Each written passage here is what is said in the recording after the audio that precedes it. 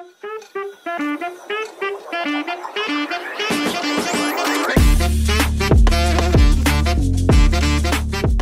akhirnya berhasil mendapatkan kelopak bunga persembahan dari Sekte Jiwa. Namun, baru saja ia menyentuhnya, beberapa ledakan diarahkan ke arahnya secara tiba-tiba. Suara ledakan besar menggema, menyelimuti pusat tempat Bailu berdiri. Saat debu mulai menghilang, sosok Bailu perlahan terlihat. Ia masih berdiri di sana, tersenyum santai, tanpa luka sedikit pun. Dengan nada kesal, ia menggerutu, mengecam pihak yang berani mencoba melukainya. Di sisi lain, wajah pimpinan Sekte Jiwa mulai berubah. Urat-uratnya terlihat tegang, dan dengan suara penuh tekanan, ia bertanya tentang keberadaan Raja Iblis. Bailu melayang santai di udara. Jika yang dimaksud adalah jiwa yang tersisa itu, ia menjawab dengan tenang bahwa ia sudah mereinkarnasikannya. Sebagai balasan, Bailu mengeluarkan jimat peledak yang sama dari tangannya. Tujuannya jelas, untuk mengirim pimpinan Sekte Jiwa menyusul Raja Iblis. Tepat saat itu, Vera muncul dari atas. Ia terlihat kesal karena Bailu pergi tanpa mengajaknya. Dengan wajah cemberut, ia menyuruh Bailu menangkap dirinya, karena dia tidak bisa terbang. Sementara itu, pimpinan Sekte Jiwa terlihat frustasi. Rencana yang telah ia susun dengan rapi selama ini hancur dalam sekejap. Kini Vera berada dalam gendongan Bailu. Ia menatap pimpinan Sekte Jiwa tanpa perlu tahu banyak. Meski belum jelas situasinya, satu hal sudah pasti, pria itu harus dihancurkan sampai berkeping-keping. Aura hijau mendadak menyembur keluar dari tubuh pimpinan Sekte Jiwa. Itu adalah teknik rahasia dari Sekte Jiwa. Aura itu berubah menjadi wujud seekor ular besar, membuka mulutnya lebar-lebar, siap menerkam Bailu dan Vera. Vera langsung meminta Bailu untuk melemparkannya ke arah musuh. Tapi Bailu menolak. Ia justru meminta Vera tetap di tempat. "Ini giliranku untuk bersinar," ujarnya. Kekuatan spiritual Bailu telah pulih, dan ia berniat mengerahkannya sepenuhnya. Brahma raksasa berwarna emas muncul di belakangnya, menggenggam ular aura itu tanpa kesulitan. Ular itu hancur seketika dalam genggamannya. Tak hanya itu, Brahma juga menghancurkan pijakan platform milik pimpinan Sekte Jiwa hanya dengan satu pukulan. Tapi Bailu mulai terlihat sedikit kelelahan. Rupanya ia belum pulih sepenuhnya. Di bawah, Nalan bersorak senang. Akhirnya, masternya telah muncul. Liu di sebelahnya juga merasakan hal yang sama.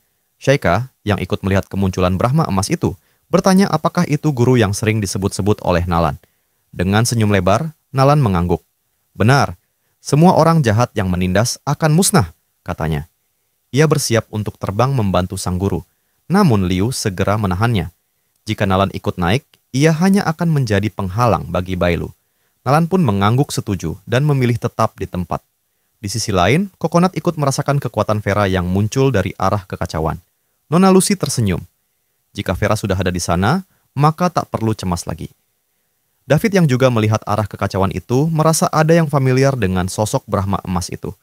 Baginya, sosok itu sangat mirip dengan Bailu. Di tempat lain, Ziling pun menyadari kehadiran Bailu. Ia kesal karena belum sempat menikmati kemenangan lebih lama, namun semuanya sudah berantakan.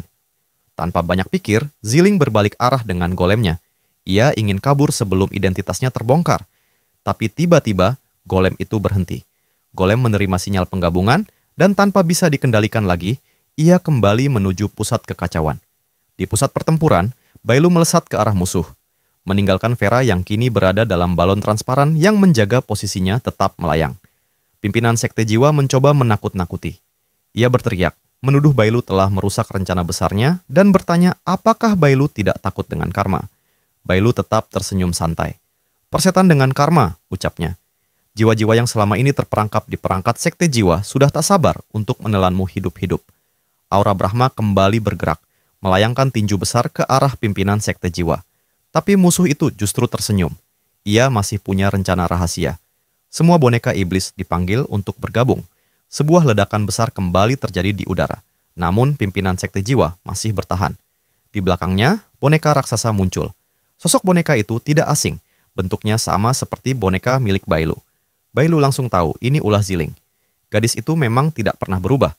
Boneka yang ia ciptakan digunakan untuk hal-hal tidak bermoral. Tapi Bailu tidak akan membiarkannya. Ia berencana mengurus gadis itu nanti. Pimpinan Sekte Jiwa tertawa lepas. Ia merasa Bailu mulai ketakutan menghadapi boneka barunya. Namun Bailu hanya menjentikkan jarinya. Terlalu banyak bicara. Dan seketika, boneka di belakang Bailu langsung bergerak. Dengan brutal, boneka itu menjepit pimpinan Sekte Jiwa hingga tubuhnya terhimpit tak berdaya. Ziling mencoba kabur, Namun Bailu sudah berdiri tepat di depannya. Dalam sekejap, semua kekacauan pun berakhir. Bailu kembali sambil menenteng tubuh Ziling ke arah para murid. Ia memberitahu mereka bahwa ia telah menemukan harta yang bisa menyatukan jiwa dan raga Man-Man. Nalan langsung menghampiri gurunya. Ia menangis dalam pelukan, melepas rindu yang selama ini ia pendam. Tapi suasana haru itu tak berlangsung lama. Vera datang tiba-tiba dan langsung menjewer telinga Bailu. Ia marah karena Bailu selalu bertindak sendiri. Ia bertanya apakah Bailu masih menganggapnya sebagai kepala pelayan. Bailu meringis kesakitan, meminta Vera untuk melepaskannya. Di sisi lain, Ziling memberikan sebuah buku berisi informasi intelijen kepada Nona Lucy. Saat membacanya, ekspresi Lucy berubah drastis. Ia menemukan fakta mengejutkan. Tujuan musuh adalah membangkitkan Raja Iblis. Jika itu terjadi, perang saudara tidak akan terhindarkan. Pasukan revolusioner tidak akan membiarkan Perang Dunia Kedua terjadi lagi. Ini bukan sekadar konflik biasa, tapi perang besar antara dunia iblis dan dunia immortal. Lucy berterima kasih atas informasi itu, tapi Ziling menolak ucapan terima kasih itu, karena semua dilakukan atas perintah Bailu. Sementara itu, pertengkaran kecil antara Vera dan Bailu belum usai. Vera melarang Bailu pergi. Ia bersikeras bahwa Bailu masih bawahannya. Bailu hanya tersenyum canggung. Ia berkata, setiap pertemuan pasti ada perpisahan. Lagi pula, mereka berasal dari dunia yang berbeda. Bailu akan kembali ke dunia immortal. Vera akhirnya menyadari bahwa Bailu memang bukan dari ras iblis, sepertinya, melainkan seseorang dari dunia immortal. Bailu meminta maaf. Ia menganggap informasi yang diberikan pada Lucy sebagai bentuk tanggung jawab karena telah memalsukan identitasnya. Tiba-tiba, layar sistem muncul, memberitahukan bahwa portal untuk kembali sudah siap. Bailu pun memanggil yang lain untuk ikut kembali lewat portal yang terbuka di belakangnya. Satu persatu dari mereka pergi. Vera hanya diam menatap portal yang kini berdiri di hadapannya. Nona Suli menepuk pundaknya. Ia berkata, mereka hanyalah orang yang singgah sejenak di dunia iblis. Ada hal-hal yang tidak bisa dipaksakan. David menambahkan dengan nada santai, Bailu benar-benar datang dan pergi dengan tergesa-gesa. Ia bahkan belum sempat memberinya permen. Coconut hanya malas menanggapi. Vera bertanya pelan, apakah dunia immortal itu sangat jauh? Lucy menjawab bahwa ayahnya pernah berkata, dunia itu tidak berada dalam bidang yang sama dengan dunia mereka. Tanpa portal, satu-satunya jalan ke sana adalah memiliki kekuatan setingkat Shattered Void. Namun bahkan jika seseorang mencapai Void, tanpa koordinat bidang yang tepat, ia akan tersesat selamanya dalam turbulensi Void. Di sana, ruang dan waktu tidak lagi eksis, hanya ada pengasingan abadi. Mendengar semua itu, Vera hanya menjawab singkat, itu saja? Scene berpindah. Malam hari di tempat tandus, pohon-pohon kering tak berdaun. Portal muncul di tengah-tengah tempat itu. Dari dalamnya, keluar Bailu, Liu, dan Evil. Tapi Liu dan Evil mendarat dengan terjerembab di tanah. Liu bangkit sambil menggendong Evil yang masih mual. Ia mengeluh, mengapa portal kembalinya membuat pusing. Bailu menjawab santai, ini hanyalah jalur sementara. Jadi masih bagus jika mereka bisa melewatinya dengan selamat. Portal tiba-tiba tertutup. Bailu terkejut. Ia bingung, karena Ziling dan Nalan belum terlihat keluar. Sistem muncul, menggandeng Bailu. Ia berkata bahwa portal ditutup karena mereka semua sudah keluar. Mungkin saja Nalan dan Ziling telah lebih dulu melangkah. Liu menoleh saat mendengar ada seorang gadis memanggil Bailu suami. Ia kebingungan, sejak kapan Bailu memiliki istri. Bailu panik karena sistem bisa terlihat oleh Liu. Ia buru-buru menjelaskan bahwa gadis itu adalah adik angkatnya, bernama Xining. Tapi Liu tetap curiga. Ia bertanya, apakah Bailu menganggapnya bodoh dan mudah dibohongi? Sistem diam-diam mengaktifkan teknik hipnotis. Ia menanamkan persepsi pada Liu bahwa dirinya memang adik angkat Bailu. Setelah itu, Liu tersenyum. Ia berkata, ternyata Nona Xining ada di sini. Ia benar-benar lupa soal itu dan berjanji akan mentraktirnya nanti. Liu lalu berbalik dan bertanya, kemana perginya Nalan dan Ziling? Mereka menghilang begitu menyentuh tanah. Xining menjawab mungkin mereka lapar dan langsung pergi ke kota mencari makanan. Bailu menoleh ke arah sistem. Ia bertanya, apakah kau bisa menggunakan teknik hipnotis atau bahkan modifikasi kognisi? Sistem hanya menjawab santai. Tidak perlu khawatir. Ia tidak akan menyakiti Bailu. Lagi pula, bukan hanya dirinya yang mampu melakukannya. Kemudian sistem memberitahu bahwa ia telah menandai aura Ziling dan Nalan. Mereka seharusnya berada di kota di depan. Tanpa buang waktu, mereka pun segera bergerak menuju kota tersebut. Di kota Qingliu, tepatnya di Flower Street, beberapa wanita penghibur berdiri di depan sebuah penginapan. Bailu didekati salah satunya dengan tatapan penuh gairah. Wanita itu mengaku telah lama menunggunya. Bailu hanya bertanya apakah wanita tersebut mengenalnya. Tak jauh dari situ, Liu berjalan sambil menggandeng dua wanita. Ia mengatakan bahwa semua wanita di tempat ini akan berkata demikian pada setiap tamu yang datang. Sistem muncul dan mendorong wanita yang menempel pada Bailu. Ia menjelaskan bahwa analisis situasi telah selesai. Kota ini dibangun dengan formasi besar yang mengganggu kognisi. Bagi mereka yang berkultivasi rendah, tenaga dan uang akan habis, hingga akhirnya meninggal. Jiwa mereka perlahan hancur, lalu sepenuhnya menjadi bagian dari formasi. Bailu menduga formasi kejam ini dibuat oleh sekte jiwa untuk menutupi jalan menuju dunia iblis. Ia mengeluarkan jimat, berniat memberantas semuanya sekaligus. Sementara itu, di dalam penginapan, seorang pria memaksa seorang gadis untuk terus minum meski gadis itu sudah menolak.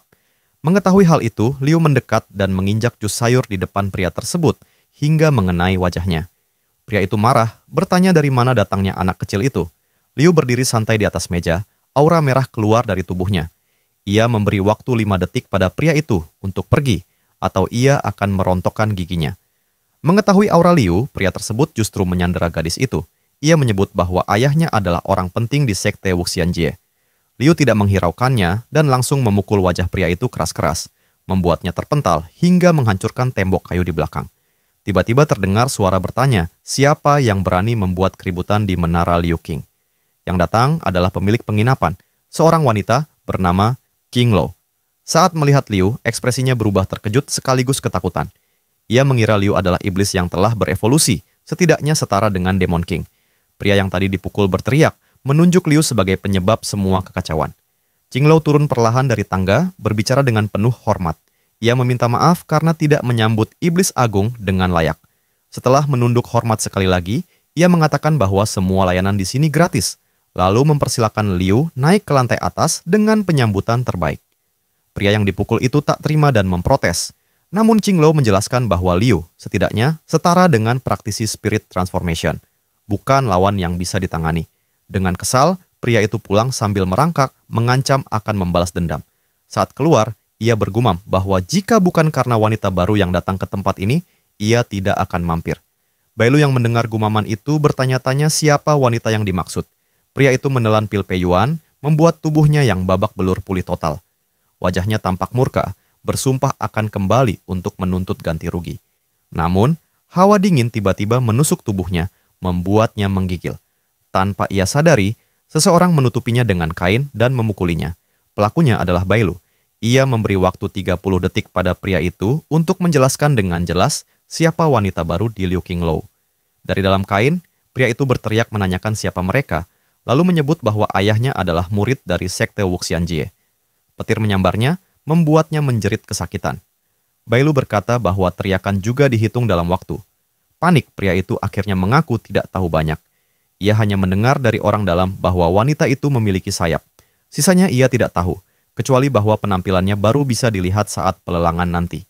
Ia menambahkan bahwa pelelangan itu adalah resepsi pertama untuk semua wanita di kota Qingliu. Mendengar hal itu, Bailu berpikir tidak akan ada masalah dalam waktu dekat dan Liu bisa menangani pelelangannya. Sistem kemudian berkata bahwa dari informasi yang ada, wanita yang dimaksud adalah Nalan. Bailu bertanya apakah ada cara untuk menghilangkan mantra Nalan, karena menurutnya, formasi perubahan kognitif ini rumit. Sistem tersenyum, menjawab bahwa jika Nalan sendirian, ia bisa melakukannya tanpa bahaya. Namun, ia bertanya apakah Bailu yakin ingin melakukannya. Bailu menarik napas dalam, lalu berkata agar sistem memberitahu berapa orang yang terlibat, karena mereka tidak bisa membiarkan orang yang tak bersalah begitu saja. Sistem menjelaskan bahwa awalnya, di bawah pengaruh formasi, Nalan tertutup oleh aura merah muda, sehingga sulit ditemukan. Ada kemungkinan ratusan orang lain di kota ini yang memiliki aura serupa. Jika lingkaran sihir dihancurkan secara paksa, Nalan bisa diselamatkan, tetapi orang lain akan menjadi cacat atau gila. Masalah ini benar-benar sulit. Sambil berjalan, Bailu berkata, "Kalau begitu, tunggu apa lagi? Mari kita cari pusat dari formasi besar ini." Di dalam penginapan, Liu duduk santai di sofa. Tak lama, burung jimat api milik Bailu datang dan menjelaskan seluruh situasinya. Liu bergumam, "Jadi begitu yang terjadi. Pantas saja aku selalu mencium bau aneh di sini." Dari luar, terdengar suara memanggil. Katanya, para gadis sudah siap. Liu tersenyum senang mendengarnya. Pemilik penginapan lalu datang membawa 2 gadis, memperkenalkannya sebagai kartu terbaik di tempat ini, sambil bertanya, apakah sesuai dengan selera iblis agung. Liu menatap gadis berambut ungu. Yang ini terlalu besar dan terlihat mengganggu. Ia lalu melirik gadis berambut pink. Yang ini terlalu datar seperti laki-laki. Membuatku panik hanya dengan melihatnya. Pemilik penginapan mencoba meyakinkan. Tiaoxiang dan Yue Liu adalah gadis terbaik di sini. Bolehkah aku tahu apa yang sebenarnya diinginkan Yang Mulia? Liu memintanya mendekat. Dengan nada tinggi, ia berkata, masing-masing dari mereka bedaknya lebih tebal daripada kulitnya. Jadi kau ingin mengusir Lao Tzu dengan barang-barang vulgar seperti itu? Percaya atau tidak, aku akan menghancurkan tempat ini. Pemilik penginapan berkeringat dingin. Iblis Agung, tenanglah. Jika Anda punya persyaratan, sebutkan saja. Aku pasti akan memuaskan Anda. Liu menatapnya tajam. Berhenti berpura-pura. Aku sudah lama mendengar kabarnya. Kau punya oiran baru malam ini, bukan? Malam semakin larut. Di luar, Bailu dan Sistem berjalan santai sambil membeli camilan. Bailu berkata, berhentilah bermain-main. Kita masih ada urusan yang harus diselesaikan. Sistem tersenyum. Aku tidak bermain-main. Apa suami tidak menemukan apapun saat mengikuti arus orang sampai ke sini? Bailu menoleh ke sekeliling, heran melihat orang-orang berjalan ke arah yang sama. Sistem menunjukkan sebuah formasi di tangannya. Ini adalah aura yang dibentuk oleh arus orang-orang di kota Qingliu. Menurut pengamatannya, formasi besar di kota ini diatur mengikuti jalan dan gang. Para pejalan kaki menjadi aliran energi spiritual dalam formasi tersebut. Bailu mengangguk. Benar-benar metode yang cerdas. Membuat manusia menjadi bagian dari formasi tidak hanya menutupi formasi itu sendiri, tetapi juga menghalangi roh jahat. Sekarang adalah waktu pengumpulan kekuatan spiritual secara berkala, jadi kita bisa menemukannya dengan mengikuti arus orang. Ia menambahkan, kota Qingliu mungkin hanya puncak gunung es. Tampaknya sekte jiwa sudah merambah dunia lebih dalam dari yang kita kira. Apakah aliansi immortal tidak tahu apa-apa, atau justru lebih buruk dari itu? Tiba-tiba, Sistem mencium pipinya, membuat Bailu terkejut. Apa yang kau lakukan? Tanyanya. Sistem menjawab, cara berpikir suamiku lucu sekali. Aku tidak bisa menahannya. Bailu mengusap bekas ciuman itu. Baiklah, Xining. Jangan lakukan lelucon seperti itu lagi. Aku bukan suamimu. Xining terdiam sejenak, lalu tersenyum. Baik, Xining berjanji tidak akan melakukannya lagi. Ia kemudian membuka layar Sistem. Tapi suami harus berjanji satu hal. Layar itu menampilkan misi acak untuk Bailu. Memainkan peran suami Xining dengan serius sampai formasi ditemukan. Bailu hanya menghela napas. Aku benar-benar tidak bisa berbuat apa-apa padamu. Keduanya pun berjalan bergandengan layaknya pasangan suami istri menikmati malam sambil mencari keberadaan formasi. Dari kejauhan, sebuah mata mengawasi mereka. Pengintai itu berasal dari rumah salah satu bangsawan. Seorang pria berambut putih di dalamnya berkata, pasangan yang menarik. Tak lama, bawahannya melapor bahwa tidak ada pria mencurigakan di jalan dan tidak ada yang aneh di rumah lelang. Pria itu tersenyum tipis. Menarik sekali. Berani memodifikasi bayangan keluarga kami. Keluarga kami ingin tahu, iblis kecil seperti apa yang tidak punya mata. Di rumah lelang, MC acara berdiri. Selamat datang, malam ini ada 12 item luar biasa, dan aku yakin kalian pernah mendengar 2 di antaranya. Liu memprotes pada pemilik penginapan. Bukankah kau bilang kau mencari rekrutan baru untukku? Kenapa malah membawaku ke sini? Pemilik penginapan tersenyum gugup. Iblis Agung tidak tahu, aturan di kota kecil ini agak istimewa. Gadis-gadis itu harus dilelang di malam pertama sebelum bisa dibeli oleh keluarga manapun. Liu semakin kesal. Aturan omong kosong macam apa ini? Kalau dilelang, aku tidak akan bisa mendapatkannya. Kalau malam ini aku tidak bisa menikmatinya, aku akan menghancurkan tokomu. Pemilik penginapan panik. Tenang, Iblis Agung. Aku sudah mengaturnya. Lihat, ini akan segera dimulai. Liu menoleh ke arah panggung, merasakan bau yang familiar. MC memperlihatkan sebuah mutiara dari Laut Langfang. Namun pembawanya ternyata adalah Ziling. Bailu dan Xining memasuki rumah lelang. Bailu bergumam, meyakini bahwa tempat itu adalah inti dari formasi besar, karena dipenuhi mata-mata dari sekte jiwa. Xining tiba-tiba menarik tangan Bailu, merangkulnya. Bailu bertanya apa yang sedang ia lakukan. Xining menjawab, ini untuk menghindari menakut-nakuti rumput dan ular, berbaur dengan lingkungan bersama suaminya. Bailu masih bingung dengan maksud ucapannya. Xining melirik kursi di depannya, melihat sepasang orang yang sedang bermesraan. Ia tersenyum, lalu bertanya apakah suaminya ingin berciuman. Bailu tidak menggubris dan mengalihkan pembicaraan, mengatakan bahwa mereka harus mencari tempat duduk lebih dulu. Setelah duduk, pandangan Bailu tertuju pada pelelangan di depan. Ia terkejut melihat Ziling menjadi pembawa barang lelang. Seseorang di sampingnya bertanya, melihat reaksimu, Bisakah kau melihat misteri lot nomor 1 ini? Bailu kebingungan. Pria itu menjelaskan. Manik tersebut dikatakan sebagai harta karun yang diambil oleh ketua sekte Wuxiang dari tubuh naga jantan yang hendak berubah. Jika seseorang bisa memurnikannya, ia akan mampu melawan ratusan wanita di malam hari tanpa jatuh. Bailu agak canggung, bertanya apakah pria itu juga tertarik dengan hal semacam ini. Pria berambut putih itu menjawab, keadaannya saat ini hanya dibatasi oleh latihan, namun ia tetap mendambakan hal-hal antara pria dan wanita. Xining menunjuk ke depan lelang, berkata bahwa orang yang membeli manik itu akan memakannya sekarang. Seorang laki-laki yang baru saja memenangkan manik tersebut langsung menelannya. Tubuhnya berubah menjadi kekar dan besar. Kekuatan prasejarah memenuhi raganya. Pasangan pria dan wanita yang melihatnya tampak tertarik. Sang wanita bertanya apakah pria di sebelahnya tidak ingin membelinya juga. Si pria menjawab dengan keringat dingin, menanyakan apa maksudnya. Pria yang menelan manik itu tersenyum lebar, mengatakan bahwa malam ini seluruh penginapan Flower Street akan menjadi miliknya, dan kekuatannya akan membuatnya puas. Namun seketika, kekuatan itu meluap dan tubuhnya meledak, darah muncrat ke segala arah. Ziling diminta membersihkan sisa-sisa kejadian tersebut. MC acara berkeringat dingin, namun tetap tersenyum canggung, mempersilakan penonton beralih ke lot kedua. Lot kedua adalah seorang penari wanita dari kota pasir di wilayah barat. Setelah wanita itu terjual, pria berambut putih bertanya pada Bailu. Ia melihat Bailu belum pernah mengangkat plakat. Apakah tidak ada yang sesuai keinginannya? Bailu menjawab bahwa ia tidak terburu-buru, orang yang ditunggunya belum datang. Pria itu hanya tersenyum santai. Di ruang VIP, Liu tampak mengantuk karena menunggu terlalu lama. Ia bertanya berapa lama lagi sebelum Oiran yang ia inginkan muncul. Pemilik penginapan menenangkannya, mengatakan bahwa ia adalah lot berikutnya, dan penginapan Liu Qing sudah memesan gadis itu. Tibalah saat pelelangan terakhir.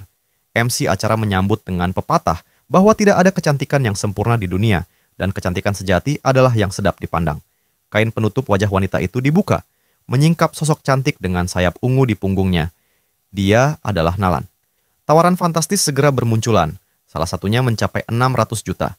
Bailu berdiri, meregangkan sendi-sendi, berkata bahwa setelah sekian lama, akhirnya yang ia tunggu datang juga. Pria berambut putih mengingatkan, ada yang menawar 600 juta. Bailu tidak mungkin punya uang sebanyak itu. Bailu menoleh, berkata sinis, siapa yang bilang aku berencana membayar? Pria berambut putih menatap dengan ekspresi kesal. Aku tidak pernah menyinggungmu. Mengapa kau harus begitu mempermalukanku? Apakah kau tahu bahwa kemalangan datang dari mulut? Katanya. Bailu mengangkat tangannya, cahaya memancar dari ujung jarinya. Kau terlalu banyak bicara. Kaulah yang memantau seluruh kota. Apa menurutmu aku tidak tahu apa-apa? Jawabnya. Wajah pria itu langsung memucat panik. Tiba-tiba, boom, ledakan mengguncang tempat itu. Bailu dan Xining melangkah santai menuju depan panggung pelelangan. Xining mengangkat tangan, api menyambar, membakar kepala MC acara. Bailu menatap ke arah penonton. Sekarang, ku beri waktu 1 menit untuk meninggalkan lelang malam ini dan keluar dari sini. Ia menoleh pada 1.100 acara yang kepalanya sudah gosong. Mereka yang tidak pergi akan berakhir seperti dia. Kerumunan langsung panik. Semua orang berhamburan keluar. Ziling menghampiri, wajahnya lega. Tuan Bailu, jika Anda tidak datang, aku tidak akan bisa bertahan lebih lama lagi. Bailu bertanya, bagaimana keadaan Nalan sekarang? Jangan khawatir, jawab Ziling. Ini hanya segel yang kupasang untuk menipu mata dan telinga sekte jiwa. Nalan perlahan sadar. Ingatannya hanya samar, keluar dari portal, lalu diselimuti semburan cahaya merah. Bailu mengelus kepalanya. Tak apa, yang penting kau baik-baik saja. Nanti akan kujelaskan alasannya. Bailu lalu menoleh pada musuh yang masih berdiri, pria berambut putih itu. Ternyata kau adalah orang yang sama dengan bajingan yang mengutak-atik bayanganku, kata pria itu. Tapi kau cukup tangguh, bahkan berani mengambil semuanya. Aku penasaran, apakah iblis agung di kamar Tianzi nomor 2 akan setuju jika wanita itu kau rebut? Dia setidaknya setara dengan Demon Venerable. Tiba-tiba, brak! Tembok di belakang hancur. Seorang gadis melangkah masuk dengan marah. Siapa yang mau mati karena mencoba mencuri seseorang dariku? Teriaknya. Pria berambut putih tersenyum penuh kemenangan, seolah Liu akan menghajar Bailu. Namun, serangan Liu justru menghantam dirinya. Tubuhnya terpental, menghancurkan tembok di depannya. Liu mendengus. Ternyata kau yang mencuri orangku. Untung aku cepat bereaksi. Kalau tidak, kepalamu pasti sudah kutendang. Bailu menyanggah. Jelas-jelas tendangan itu tadi untukku. Ziling bertanya pada Liu, Yang mulia Liu, di mana wanita yang Anda beli sebelumnya? Mereka belum berasimilasi dan tumbuh dengan formasi ini, jadi mereka tidak bersalah. Tenang saja, jawab Liu. Mereka akan kulindungi. Aku sudah meminta gurita itu menjaga mereka. Nanti kita bawa ke puncak Qingluan. Pelak! Bailu memukul kepala Liu. Lepaskan, semua orang pergi. Jangan coba-coba memanfaatkan situasi untuk keuntunganmu. Tiba-tiba, ruangan bergetar hebat. Formasi sudah diaktifkan, kata Bailu. Benar saja, di luar, lingkaran sihir raksasa terbentuk di udara. Pelakunya, pria berambut putih. Ia menyerap energi dari seluruh tempat. Aku rasa aku bisa membangkitkan si Johnny keluarga Za kembali, ujarnya. Pria ini adalah seorang Kasim, jadi dia nggak punya Johnny. Ia menatap Bailu. Kau bisa saja menikmati malam ini dan pergi dengan tenang. Mengapa kau harus melawan sekte jiwaku? Sedikit lebih awal dari rencana, tapi formasi sudah diluncurkan. Raja Iblis akan segera datang. Saat itu, kau pasti mati. Bailu, Shining, dan Liu menanggapi dengan sikap meremehkan. Pria itu murka. Cukup, tahukah kalian betapa seriusnya kedatangan Raja Iblis? Seluruh benua Yunhuang akan hancur. Bailu menjawab malas. Kalau begitu, panggil saja. Pria itu semakin marah. Baik, aku akan ingat ini semua ulahmu. Ia mengangkat tangan, berteriak. Gemetarlah dunia ini. Namun, tak terjadi apa-apa. Tiba-tiba, portal muncul di belakangnya. Pria itu kembali berteriak.